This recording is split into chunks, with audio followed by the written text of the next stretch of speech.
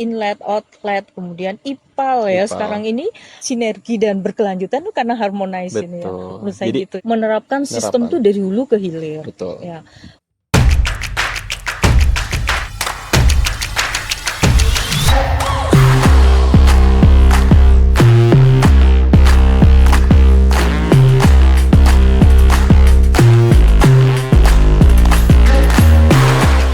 Assalamualaikum warahmatullahi wabarakatuh. Selamat datang di podcast Aquaculture.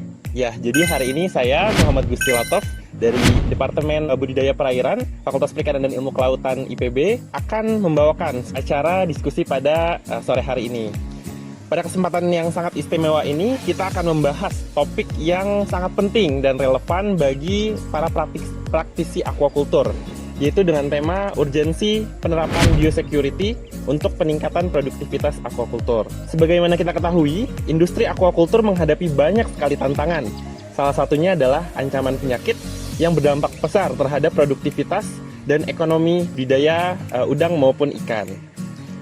Penerapan biosecurity menjadi kunci dalam menjaga kesehatan komoditas budidaya dan mencegah kerugian daripada outbreak ataupun wabah penyakit yang dapat menyerang komoditas yang kita budidayakan. Dan pada sore hari ini kita sangat beruntung dapat menghadirkan narasumber yang sangat berpengalaman di bidang ini. Beliau adalah Ibu Dr. Heni Budi Utari. Ibu, selamat datang. Akhirnya bisa main ya ke sini. Beliau ini memiliki latar belakang yang sangat kuat di dalam bidang kesehatan ikan dan udang, serta pengalaman yang cukup luas dalam penerapan biosecurity di lapangan. Terima kasih sudah bergabung Ibu. Bagaimana kabarnya hari ini? Alhamdulillah baik. Alhamdulillah. Gimana kabarnya Pak? Alhamdulillah baik ya. Oke, baik Ibu. Sebelum saya masuk nih ke diskusi ya Ibu, mungkin bisa diperkenalkan dulu ya Ibu. Terus sekarang kesibukannya apa, sama mungkin pengalaman di bidang aquaculture seperti apa? Silahkan. Terima kasih. Saya sekarang kesibukannya masih tetap backup teman-teman untuk di laboratorium dan technical di lapangan. Jadi kita ada tim yang khusus untuk trial ya. Kami dari tim teknologi division, sehingga kami punya beberapa tim juga. Nah, nanti kita ada untuk uji di lapangan, uji di skala lab ya. Kemudian juga penerapan langsung ke customer kita atau ke para petambak gitu. Jadi itu kegiatan kami selama ini Mas ya. Oke. Berarti kalau tidak salah ini Ibu masih bergabung di PT Sentral Proteina Prima ya? Betul. General Manager di bidang tadi apa? Teknologi? Iya, saya di Animal Health. Animal Health-nya. Ya.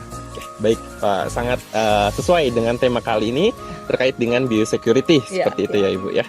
Baik, mungkin kita mulai dari definisi biosecurity ya Bu ya, dalam konteks aquaculture. Mengapa ini menjadi suatu hal kunci dalam kegiatan aquaculture? Dari definisinya itu sebenarnya apa sih Bu biosecurity itu? Ya, biosecurity kita lihat dari bio dan security ya. Artinya bagaimana kita menjaga agar hal-hal tertentu yang berhubungan dengan patogen tidak masuk ke dalam sistem. Nah, juga tidak bisa menyebar ya ke dalam sistem. Nah, itu yang kronologi dari kenapa kita sebut biosecurity ya, itu Mas. Nah, kenapa itu menjadi hal yang utama pada saat ini Bu, terkait dengan penyebaran penyakit ya? Ya, kita ketahui Mas ya, sebenarnya penyakit itu sudah sekarang tidak ada di mana-mana ya, karena memang pemahaman dari biosecurity itu mungkin banyak yang mengerti, namun penerapannya ya kadang-kadang memang mungkin mahal ya, sehingga akhirnya ada kepikiran untuk mengadjust yang mungkin lebih murah ya, padahal sebenarnya dengan murah itu akhirnya ada yang kecolongan ya. Nah, memang sih biosecurity itu satu selain mahal, dua adalah kesungguhan untuk misalnya menerapkan sistem itu dari hulu ke hilir. Betul. Ya. Karena dengan cara semacam itu bagaimana sih mencegah ya? Mencegah itu mungkin lebih baik sebenarnya daripada mengobati atau pengendalian. Tapi sekarang pada intinya karena banyak sekali penyakit, sehingga faktor pencegahan dan pengendalian itu menjadi hal yang utama ya gitu. Oke, baik. Nah, lalu terkait dengan produktivitas nih Bu, Iya. Apakah penerapan biosecurity ini menjadi faktor yang utama dalam peningkatan produktivitas? Karena kita ketahui bahwa saat ini outbreak penyakit kan di mana-mana ya. Apakah ini menjadi faktor utama dalam mendukung produktivitas di aquaculture seperti itu? Iya, sangat Mas ya. Jadi beberapa tahun lalu itu sempat ada rumor bahwa sudahlah kita agak sedikit tidak terlalu ke arah biosecurity ya. Karena biosecurity itu berhubungan dengan misalnya bahan apa yang akan kita terapkan di dalam sistem. Misalnya satu, kita mencegah apa gitu ya.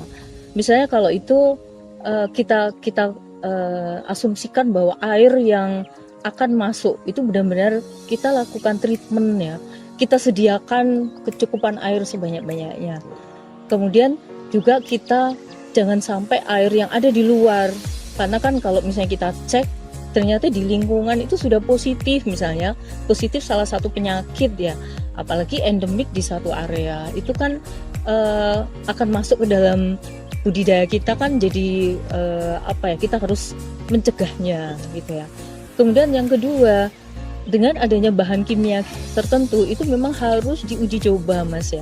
Ada banyak cara ya, mungkin satu waktu kita harus penerapannya itu holistik ya, tidak bisa hanya pencegah air ya, tapi orang yang masuk, kemudian juga misalnya di situ karier ya, karena kita tahu bahwa carrier juga membawa juga ya dari lokasi ke lokasi gitu ya. Jadi itu ada misalnya penerapan kayak misalnya contoh ya, bird scaring device ya.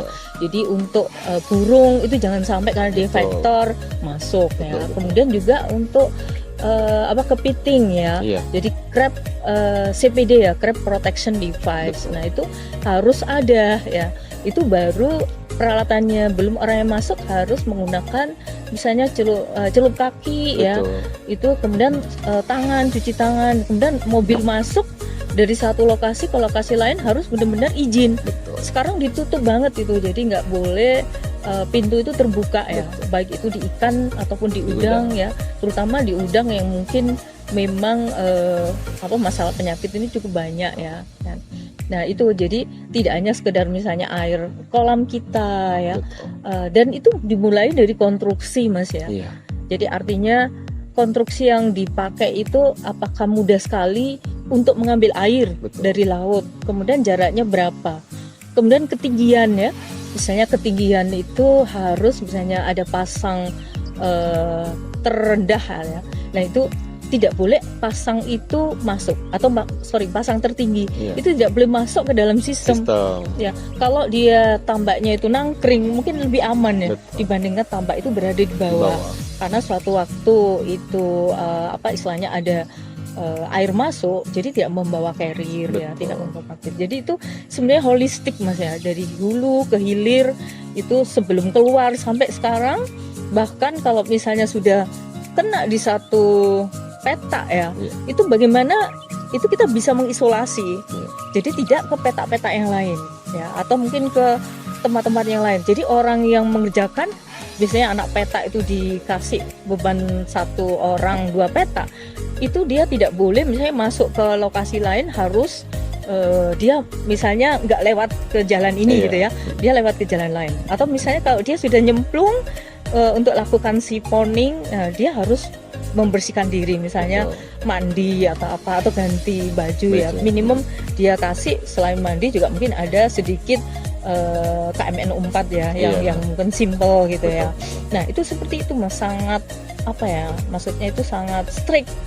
Termasuk misalnya kalau ada yang punya control box ya, kemudian outlet ya, mulai dari inlet,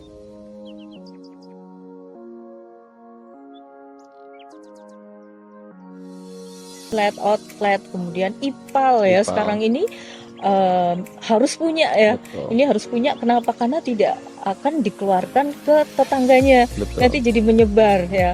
Nah itulah yang namanya biosecurity dari holistik, dari hulu ke hilir itu maksudnya ya. Oke, baik.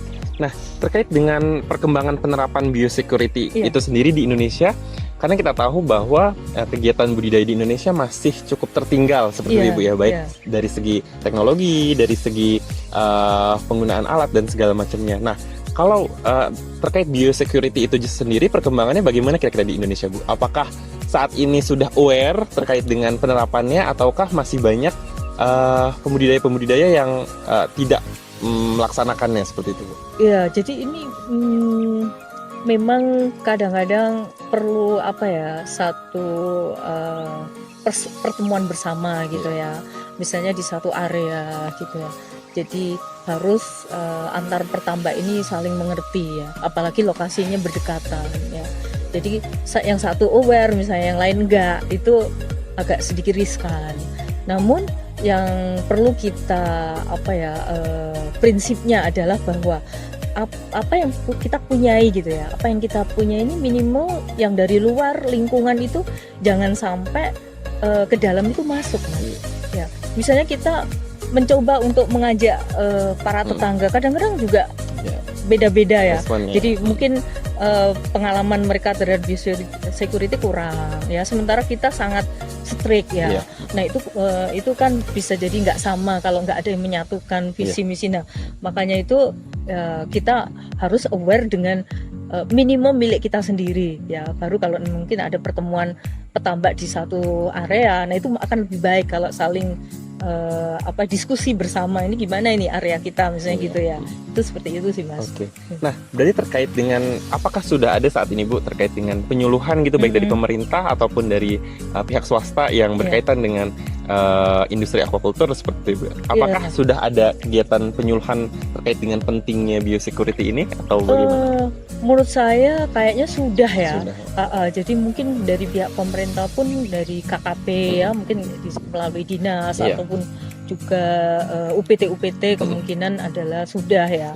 Nah, tapi memang kalau dari pihak swasta ini terutama kami punya mitra banyak ya, atau punya customer banyak, itu pasti kita punya waktu atau punya program ya, punya program yang kita lakukan GSM namanya Mas. Jadi group sales meeting itu di seluruh area itu, sehingga kita tidak melibatkan banyak orang ya, mungkin ada 5 petambak atau 5 teknisi, itu yang bisa kita jangkau. Karena kalau itu seminar kadang-kadang suka tidak keluar ya. Betul.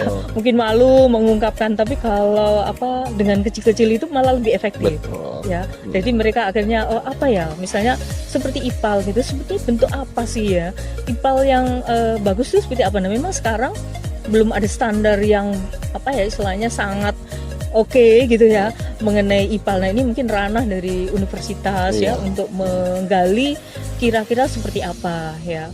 Tapi minimum kalau mereka punya itu tidak langsung dibuang ya. Betul. Kalau misalnya ada masalah nggak langsung dibuang, dan itu pernah saya cek itu dari buangan orang yang kena misalnya contoh Vibrio para yang sangat toksik ya, itu ternyata bisa 10/6 loh Mas. Nah otomatis kalau masuk ke sistem kayak apa ya. Nah kalau memang mereka masih mengendapkan dulu, kemudian menambahkan oksidasi, kemudian baru dikasih biokontrol ya kayak ikan, nah mungkin barangkali atau probiotik, otomatis kan agak berkurang. Betul. Ya mungkin itu ya Mas. Oke, baik. Nah, selanjutnya ini terkait dengan manajemen kesehatan dari udang ataupun ikan itu sendiri, Bu. Tadi terkait dengan hal yang Ibu bilang sebelumnya, terkait bahwa biosecurity ini harus dilakukan atau harus dikerjakan dari hulu hingga hilir seperti itu. Pasti kan kita tahu ada yang bersifat wajib, ada yang bersifat pelengkap lah ya terkait dengan biosecurity ini. Nah, kira-kira hal-hal wajib yang perlu ada di dalam penerapan biosecurity ini, baik di kegiatan budidaya udang maupun ikan, kira-kira apa saja, Bu? Ya, jadi pertama kita yakinkan bahwa lahan kita ya itu dibersihkan. Jadi karena kan kalau masih baru mungkin masih oke ya, tapi kalau memang itu dari siklus yang lalu, itu kita harus benar-benar memastikan bahwa lahan itu harus kita bersihkan. kita lakukan pengeringan, penyemprotan desinfektan spektrum luas ya. Kita semprot dengan dosis yang mungkin cukup tinggi karena hanya disemprot aja ya. Nah, setelah itu baru kita lakukan pembersihan ulang atau bilasan ya. Nah, setelah dibilas otomatis kita menganggap bahwa lahan yang kita pembersihan tadi udah bersih. Nah, sekarang tinggal air ya. Nah, air ini penting, jadi masuk kadang kita melihat lingkungan di sekitar seperti apa. Kita lakukan pengecekan ya, oh ternyata masih ada gitu ya, ada beberapa patogen. Nah itu kita tunggu sebentar gitu sampai kira-kira patogen itu berkurang. Nah kalau memang ternyata diharuskan untuk saat itu kita ngambil air, nah airnya harus kita perlakukan atau kita treatment ya Mas ya. Betul. Jadi di situ ada baru masuk itu kita coba untuk mengurangi yang telur-telur untuk siput-siput gitu ya. Nah, itu kita pakai kita pakai desinfektan untuk siput gitu ya. Nah, karena dia membawa. Nah, setelah jeda 1 hari itu kita lakukan mungkin ada salah satu aplikasi untuk krustaseanya. Nah, karena kadang-kadang kalau kita nggak aware ada telur-telur dari krustasea lain ya yang bukan yang nanti kita pakai untuk budidaya muncul di lingkungan. Dan itu akan mengganggu ya. Nanti. Nah itu kita bunuh juga ya. Kemudian yang ketiga itu kita lakukan untuk proses keseluruhan. Jadi istilahnya itu boleh kita pakai spektrum luas ya. Ya contoh mungkin ada yang menggunakan kaporit ya seperti itu. Nah setelah 48 jam baru kita pindahkan ya. Ada yang mereka mengerjakan sebenarnya yang utama dipindahkan ke kolam budidaya. Nah setelah 48 jam, tapi kalau misalnya tidak cukup ya mereka lakukan di masing-masing. Yang penting sebelum dikerjakan harus dibuang dulu dasarnya ya. Nah seperti itu yang pertama. Baru yang berikutnya kita harus lakukan misalnya penumbuhan plankton. Nah plankton ini kita lihat progres selama penumbuhan plankton. Sekarang kan kita harus masukkan udang ya atau benur. Nah benurnya itu juga harus SPF. Jadi itu salah satu kita yakin hatchery mana yang mungkin benar-benar memberikan bahwa penjaminan bahwa itu SPF ya, itu biosecurity kedua. Oh ya, nah, tadi saya agak lupa bahwa di proses persiapan itu jangan lupa juga pemasangan ya tadi seperti untuk burung ya, kemudian untuk kepiting, kemudian untuk orang masuk itu sudah disiapkan semua. Bahkan alat yang mau dipakai untuk mengambil sampel itu harus satu-satu Mas. Kemudian kalau misalnya nggak punya satu-satu ya ada pendipingan terhadap desinfektan tertentu yang ringan ya agar itu kalau mau dipakai lagi dia tidak menulari kalau memang ada ya. Nah itu setelah itu juga ada misalnya minimum lah ya kalau mau punya 10 kolam paling tidak ada mini lab ya di sekitar area tambak itu, jadi ada mini lab sehingga itu yang mengontrol kemudian air selama proses budidaya diamati. Jangan lupa misalnya pengamatan organik karena sekarang musuh kita ini kalau saya rangkum ini Mas sebenarnya itu bakteri ya. Bakteri kalaupun ada EHP juga ada bakteri malah lebih parah ya, keinfeksi jatuhnya ya. Jadi misalnya virus pun kalau ada bakteri juga parah ya. Jadi musuh kita bakteri. Nah bakteri itu lebih ke arah organic matter ya. Nah bagaimana kita budidaya sekarang itu agak melihat budidaya bersih, artinya bersih itu tidak terkena patogen tadi itu ya, sehingga kita mencegah dengan melakukan misalnya pengamatan, controlling untuk bahan organik ya, harus sering mapping ke lapangan dilihat organiknya masih banyak atau enggak ya. Kemudian proses pergantian air tadi saya bilang airnya harus cukup ya. Nah itulah yang istilahnya monitoring dari biosecurity itu yang berkelanjutan. Makanya kenapa saya tadi bilang dari hulu ke hilir ya. Itu pun sampai sampling ya. Sampling harus dilihat, mungkin ada yang parsial ya. Panen parsial pun juga harus hati-hati. Karena kan kita menggunakan vendor luar ya. Nah, itu kalau bisa punya alat sendiri untuk jaring lebih baik. Kalau nggak ada ya harus dipping dulu ya. Dipping dulu. Jadi kita benar-benar penggunaan orang pun yang nanti panen biasanya kalau yang saya amati harus menggunakan orang dalam ya Mas ya, orang dalam. Nah Kemudian kalau misalnya juga ada salah satu kolam kita yang kena misalnya ya, ada yang kena, itu juga harus isolasi. Iya. Jadi itu dari hulu ke hilir, dari prosesnya tadi seperti semacam itu, kemudian sampai proses panen dan sampai terakhir pun misalnya kata kita mau buang, tadi saya bilang ipal ya. Jadi ipalnya harus ada dan harus benar-benar kita lakukan pembersihan juga ya. Itulah dari hulu ke hilir yang tadi saya maksud ya. Ya, baik. Ya. Berarti itu menjadi suatu yang perlu seperti itu Iya, ya Bu ya, perlu, untuk mendukung tadi peningkatan produktivitas. Betul. Supaya tadi tidak ada gangguan-gangguan dari patogen, Iya, dari iya. outbreak penyakit dan Iya. sejenisnya seperti itu ya Bu ya. Nah, lalu untuk ke staff sendiri gitu Bu, Iya, karena iya, ini iya. kan kita berhubungan dengan banyaknya pekerja, Iya, iya. dengan berbagai level pendidikan. Nah, kira-kira seberapa harusnya gitu edukasi terkait dengan penerapan ini ke staff seperti itu, karena Iya, kan tetap untuk operasional kan pasti banyak pekerja seperti itu. Nah, kira-kira bagaimana Ibu? Jadi memang kalau saya amati ya, titik poin dari pelaksanaan manajemen itu adalah di orang. Ya. Jadi kita harus benar-benar perhatian terhadap anak pakan, Betul. karena mereka ya ujung tombak untuk melakukan sipon ya, untuk memberi pakan ya. Itu benar-benar kita datang itu mereka itu kita anggap keluarga. Betul. Yang mempunyai peran yang sangat penting ya, sehingga kita tidak hanya kayak meremehkan udah kerjain A kerjain B, enggak ya. Jadi kita benar-benar menyatakan kepada mereka ini loh pentingnya ya.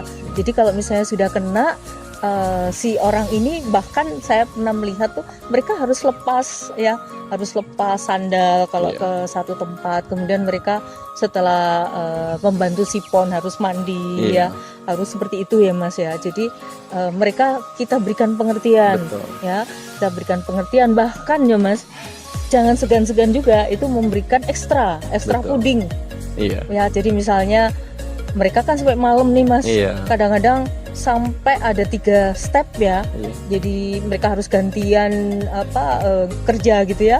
Nah itu kita kasihkan ekstra puding, misalnya ada Indomie lah ya, Iya. ada apa gitu, karena kalau enggak suatu ketika nih mereka takut, mereka cuma lempar pakan Iya. ya di satu sisi. Nah artinya kan di situ akan numpuk bahan Betul. organiknya. Kemudian sipon belum sampai lengkap siponnya Udah ditinggal. Gitu. Betul.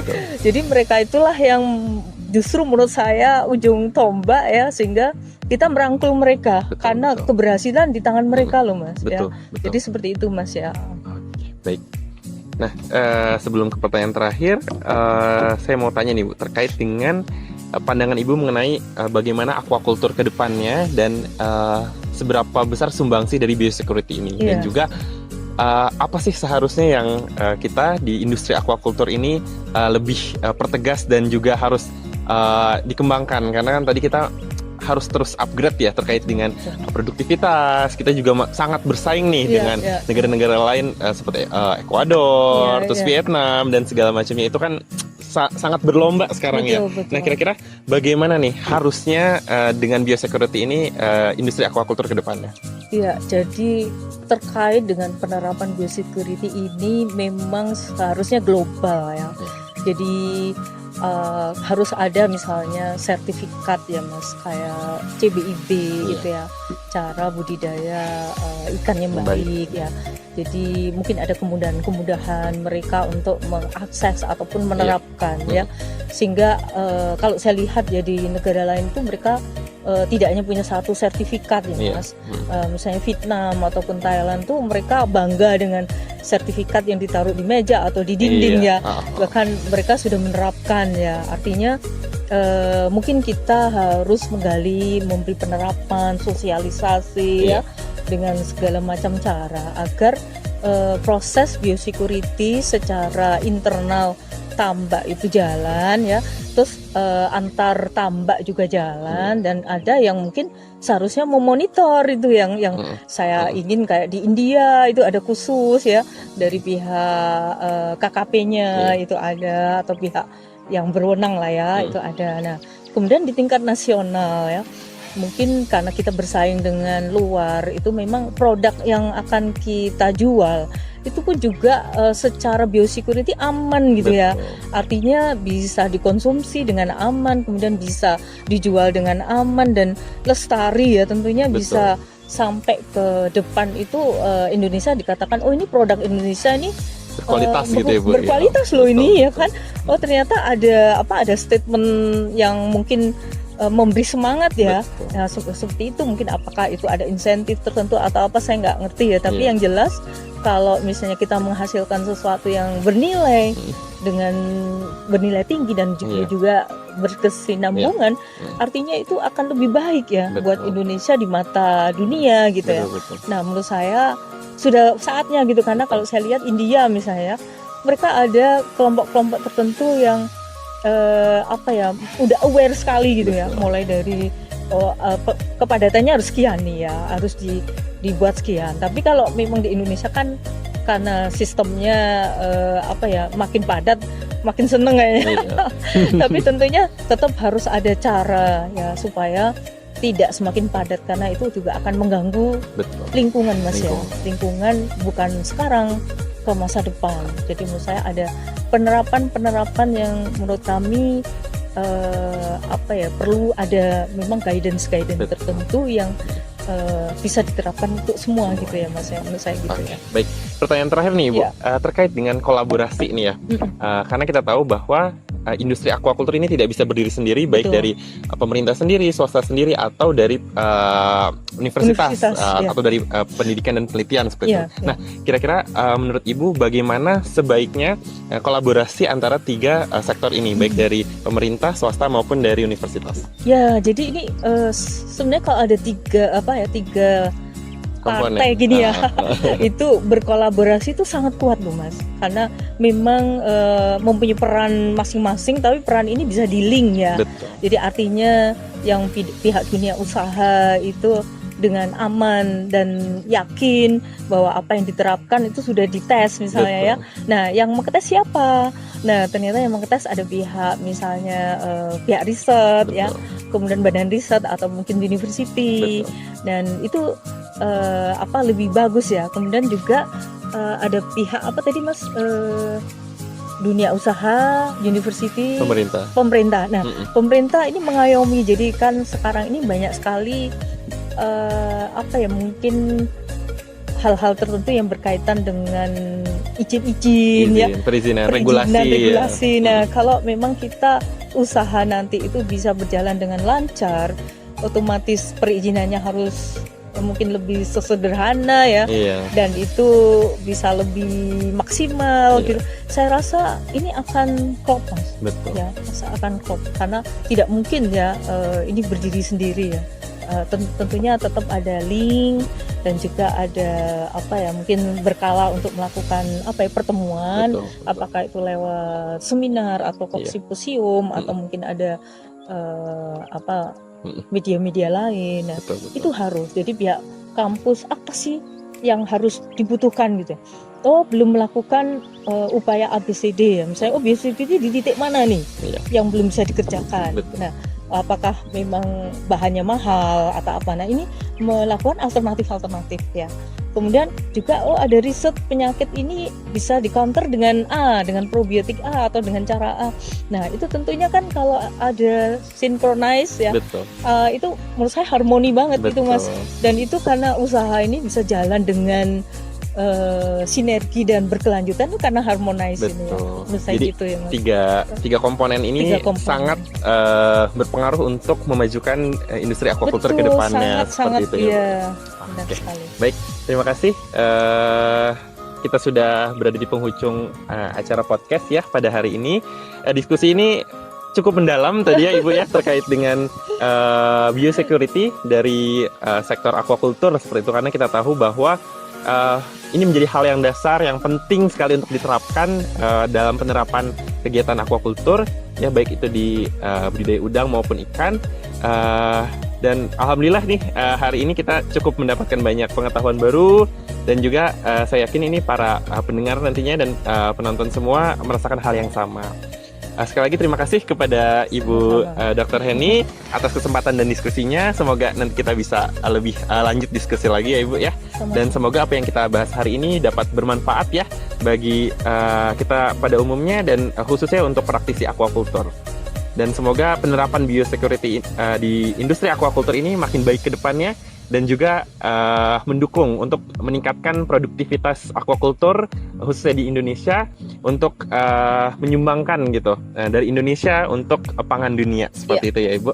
Baik, untuk para pendengar semua jangan lupa untuk terus mengikuti seri podcast kami ya, karena pada kegiatan podcast kali ini akan diundang ya narasumber dari berbagai latar belakang nih. Kebetulan hari ini saya ada dari divisi kesehatan organisme akuatik ya, terkait dengan kesehatan organisme akuatik, dan dari divisi lain juga nanti ada. Jadi jangan lupa terus disaksikan, dan terima kasih telah mendengarkan dan sampai jumpa di episode berikutnya. Terima kasih. Wassalamualaikum warahmatullahi wabarakatuh. Waalaikumsalam Terima kasih. warahmatullahi wabarakatuh.